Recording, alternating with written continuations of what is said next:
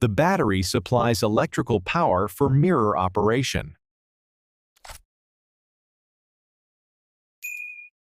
The 7.5A fuse protects the mirror circuit from overload. The switch is the control point for power distribution. Internal contacts change position to reverse motor polarity.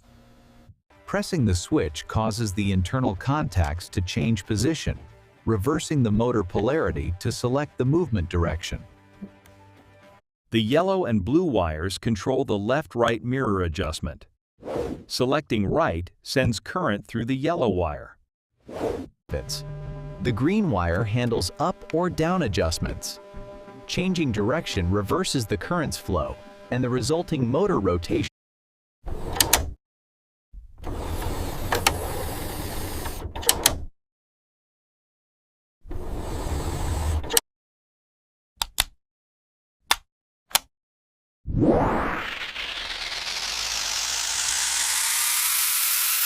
The black wire completes the circuit by returning current to the battery ground, allowing the motor to operate.